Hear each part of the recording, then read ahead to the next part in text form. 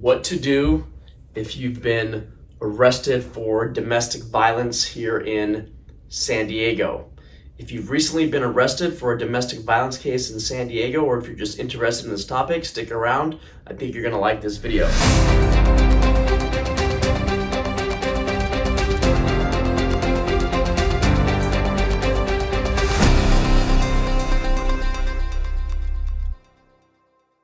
My name is Dod. My firm is Dod Law. We're located here in downtown San Diego, and we have a virtual office up in Vista as well. Today, what I want to talk to you about is what happens if you're arrested for domestic violence here in San Diego. Now, you've been arrested, you've been given a court date, and if you've been given a court date for a downtown domestic violence arrest, you're going to have to come to 1100 Union Street. It's a few blocks away from our office. It's a big courthouse, a big building, and that's where your court will be. Now, it could be a misdemeanor, it could be a felony. So what happens is when you're arrested, typically on a domestic violence case here in San Diego, is they're going to hit you with a felony. You're going to post $50,000 bail, you're going to get out of custody, and then the issue becomes, is the DA or the city attorney going to file charges against you?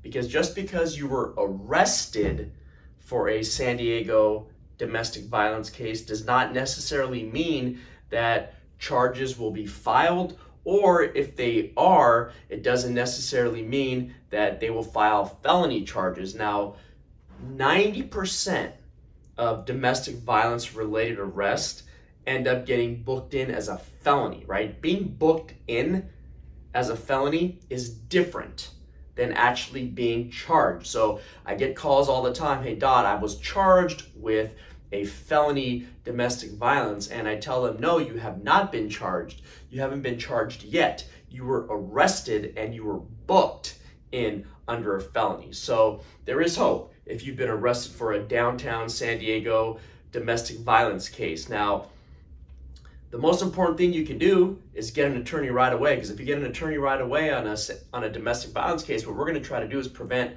charges from being filed. But in this video, I'm just going to talk to you about what happens if they file charges and now you have to go to court. What's going to happen? So on a felony case or a misdemeanor case in San Diego, you're going to go to the 1100 Union Street. You're going to go downtown. Now, if you're a misdemeanor, you're going to go to the second floor, and that's where your arraignment will be.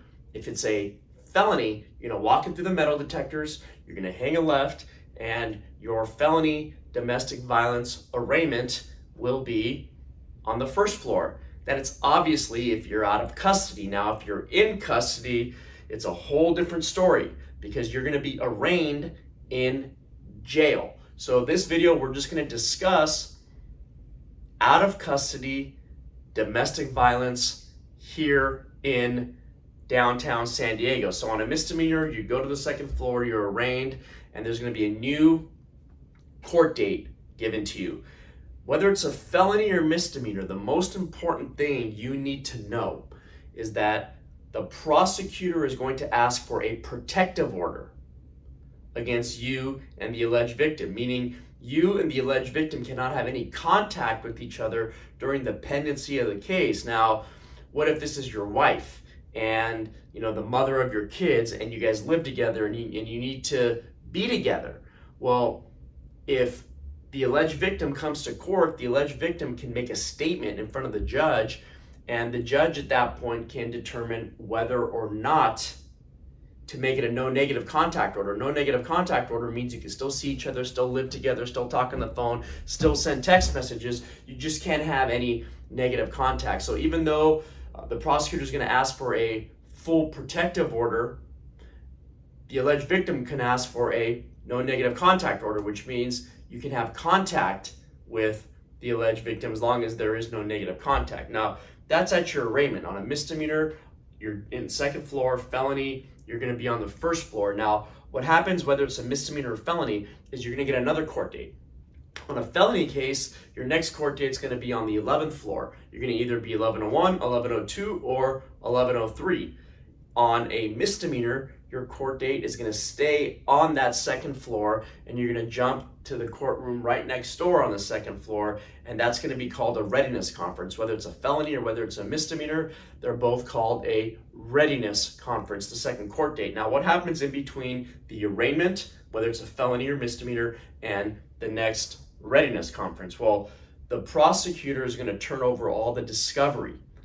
The discovery is a fancy way of saying all the police reports, all the evidence, the 911 calls, if there's any videos. They turn all that over, and at the readiness conference, your attorney and the prosecutor, whether it's a felony or misdemeanor, they're going to be trying to work out a resolution for you.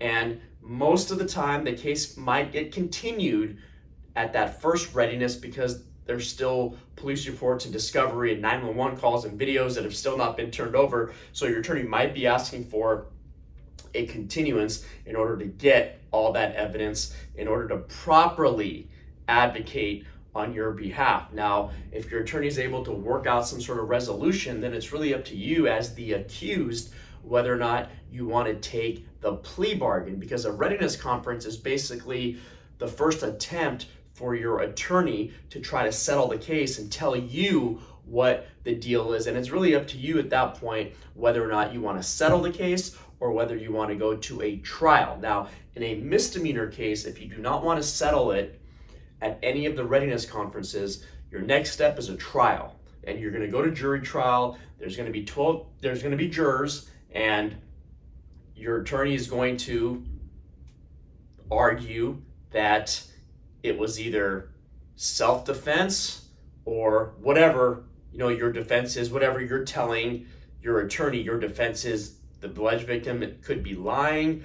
Somebody else could have, created the bruising, etc. that's on the alleged victim. So on a misdemeanor, you go to the arraignment, you go to a readiness conference, whether it's 1, 2, or 3 of them, and then your next stop is a jury trial.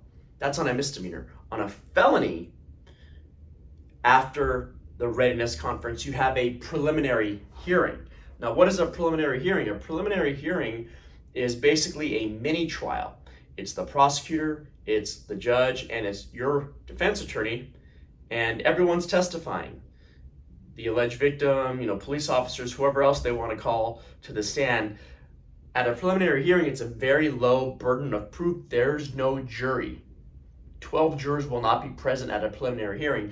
It's your attorney's first opportunity to cross-examine all the witnesses and then get the transcript of that preliminary hearing. And then there's going to be another court date after the preliminary hearing. After the preliminary hearing, there's another readiness conference.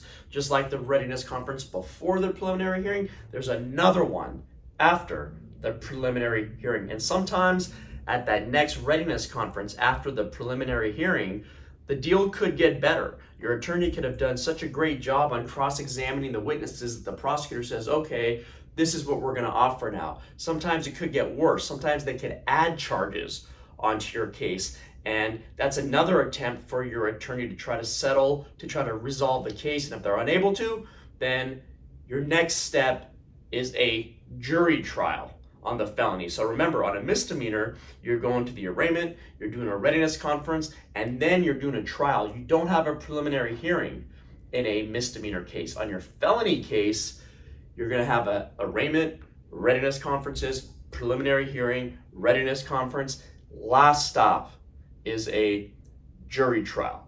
I hope this helps. If you have any questions on your San Diego domestic violence case, go ahead and give me a call. My name is Dod. My firm is Dod Law. We're here in downtown San Diego. We also have an office in Vista.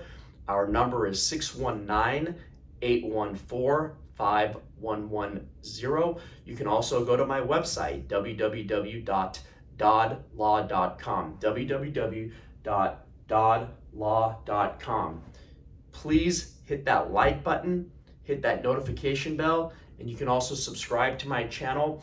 All I'm trying to do here is educate the public and get the public the help, the information, and the knowledge that they need. So if you have any questions, do not hesitate to give me a call. If you want a second opinion on your case, you can call us, or if you want to retain our services to try to get your case dismissed before your actual arraignment date, you can go ahead and give us a call, and I can advise you, or one of my attorneys can advise you of what your rights are and what we think about your case.